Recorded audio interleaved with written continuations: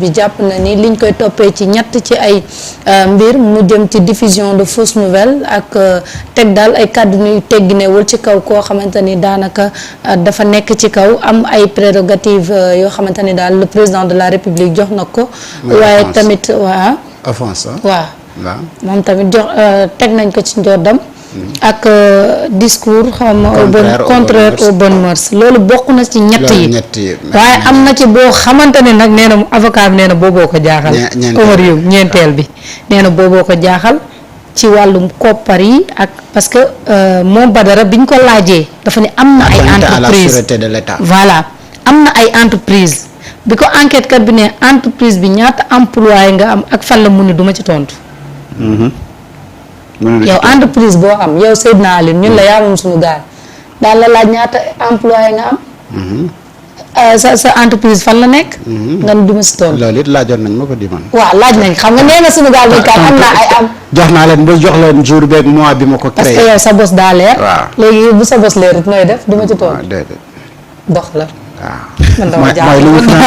mooy li ñu fi doon laajte rek ci milliardaires yi nga xamante ni ñu ngi fi yori milliardaire milliard te seen entreprise kenn xamu leen kii non dañ ma laaj question bu nga xam ne daanaka ñun joxe woon nañ ci suñu gis-gis. waaw ci fan yee di génn ne. waxoon nga ko ci infraction yi nga xamante ni moom le procureur di demander loo tax mu instruire le dossier de Badara Gadiaga jox ko doyen des juges.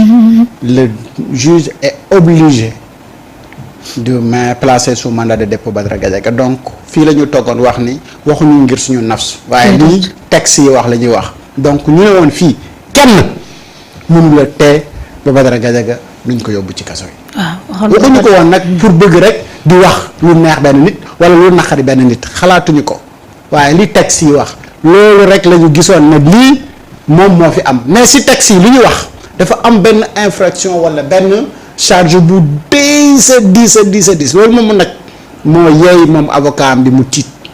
parce que xam na charge boobu. diis na lool de. torop ci yenn dëkk yi mën nañ laa tëj perpète ci yenn dëkk yi mën nañ laa teg kii yu lourd mais li nga xamante ni man laa jàpp ci dans le cas là ak charge boobu dinaa si ñëw léegi ma expliquer l'article ak daan yi nga xamante ni moom lañ ci prévoir mais dafa am loo xam ne maître Youm moom moo ko wax. Omar Youm la tudd de. Omar Youm la waaw. maître Youm tey wax na lu ma kontaan loo. muy lan. maître Youm moom moo avoué que ni quand il y a l'injustice donc la résistance elle est obligatoire ci ay kàddoom yu muy wax la de. mais li ñuy teg nii Badara Gadiaga injustice la et fu injustice am résistance lu obligatoire la mais xam nga lu mu def. dafa jël référence 2021 bu 2025. ma ne ko kon maître kay yow nangu woon nga mais donc de 2021 ba 2024 donc population bi amoon na raison pour résister li ñu doon def résistance la.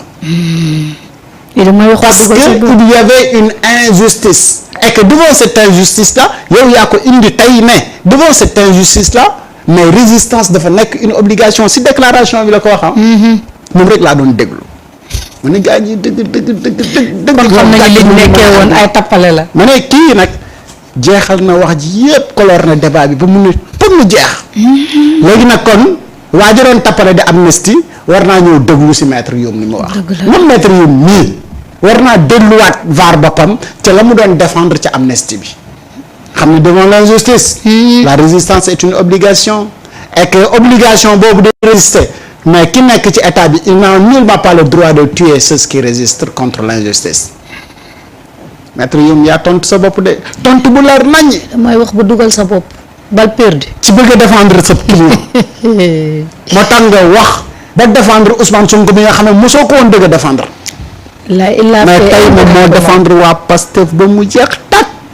mais ça c'est de l'injustice et devant l'injustice la résistance est une obligation et moom moo joxe référence ni ñu ko fi gisee woon de 2021 ba 2024 kon jàpp na ni mooy que ni 2021 ba 2024 injustice da doon am te population bi la doon résister.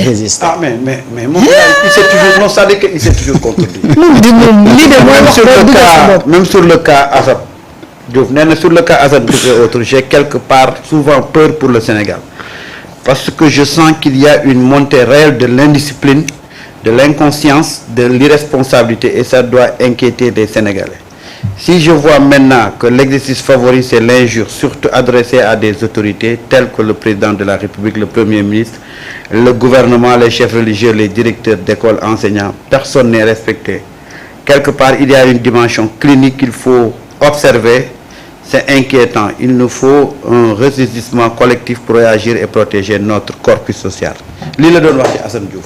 lii la doon wax ci Assane Diouf. léegi tey muy défendre parce que Assane Diouf di saaga. Badara li muy def du saaga. 24 août 2017 la bindoon lii. la bindoon lii. bon mais gaañ yi nag. affaire muy défendre non c'est-à-dire gaañ yi nag. léegi moom. ah. li mu war a def mooy na jël Assane Diouf remplacé ko ak Badara Gadiaga. ñu xool c'est ça qu'il avait dit à Assane Diouf jamono bi ñu koy jàpp. mu ne il constate une montée en puissance de l'indiscipline waaw de l'inconscience tey ngay dem di défendre koo xam ne dafa saaga c'est-à-dire que mooy li ma lay wax quand tu es avec des gens yoo xam ne pour un rien dañuy renoncer seen principe ak seen conviction il faut toujours être ferme parce que dañuy mbubboo ay principe ak ay conviction mais en réalité yooyu ñuy mbubboo c'est en fonction de circonstances bi ñuy tolloo mais ñoom xamala lañ gëm seen intérêt bopp jeex na ñoom amuñu conviction amuñu principe c'est seen intérêt rek lan moo laaj sama taxawaay ci moment bii pour sama intérêt bopp noonu la ñuy fonctionner jaaxle naa dem mais gis nga le cas de Badara Gadiaga c'est évacué et on passe à autre chose au suivant rek ngay keneen ku def lu ni mel au suivant gis nga toog il faut pas suivre les gens parce que gis nga nit ñi dañoo am volonté pour créer benn manque de respect vis-à-vis de notre institution. Il faut que les gens soient fermes et vigilants. démb maa ngi dégg ay gars ñuy wax ne dañu gis benn livre ma jàmbal ñu teg ko ci biir ci vitrine yi nekk aéroport ma ne leen loolu négligence la livre boobu on devait même l'interdire de sortir ici ñu koy jël di ko teg ci buntu fi booy dugg Sénégal fi ngay jaar dégg naa sànq nag ne enlevé nañ livre boobu jël nañ ko fa ca vitrine yooyu. ba mu fa waree jóge du mais waru foo nekk au nom de quoi mu war a nekk foofu c'est-à-dire que gis nga dafa am ay petites choses yoo xam ne la gars yi di bàyyi waruñ ko bàyyi. c'est des détails assez importants. très important même. très important. alors Thiando. waay léegi ci li ñuy toppee Badara Gadiaga dafa am ce qu'on appelle atteinte à la sûreté de l'État. Si suñu code pénal Sénégal à son article 170 et 180 dafa am ci lu mu wax si kuy jot xaalis ko daf ne acceptation utilisation de fonds pour propagande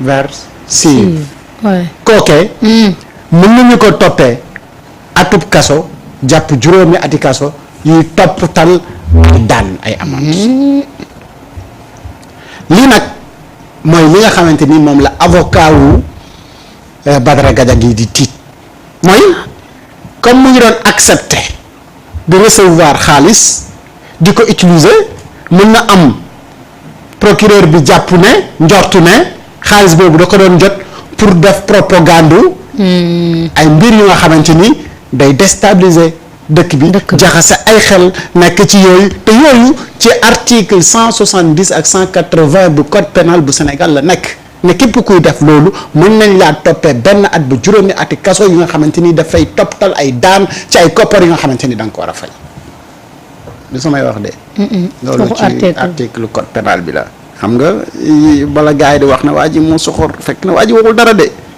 waaye dafa dem rek ci ñaari article yooyu nekk ci code pénal bi lu ñu wax léegi nag boo ñëwee méngale ko ak li ñuy wax ne waa ji ci plateforme bi xaalis dafa doon jógee di dem ci compte Orange Money loolu enquêteur bi moom moo mën a wax ndax dëgg-dëgg dafa accepté woon jot xaalis buy jógee ci beneen nit bu koy sant pour mu def une propagande subversive wala nekkul woon ci loolu la nekkoon bu fekkee ni ci loolu la nekkoon rek article 170 ak article 180 bi day daanu ci kaw te bu daanoo ci kawam moom mu ngi risquer 1 an ba 5 ans d'emprisonnement plus amende moo tax avocat bi xalaatoon na kii bu ko plaider dina am 3 mois wala 6 mois maximum mu jàpp ne non loolu neex na gérer bu daanoo ci lii daf naan attention so affaire bi mën naa def ba mandat bi premier mandat bi jeex te bu boobaa day tiit moo tax mu ne bi ma tiital nag.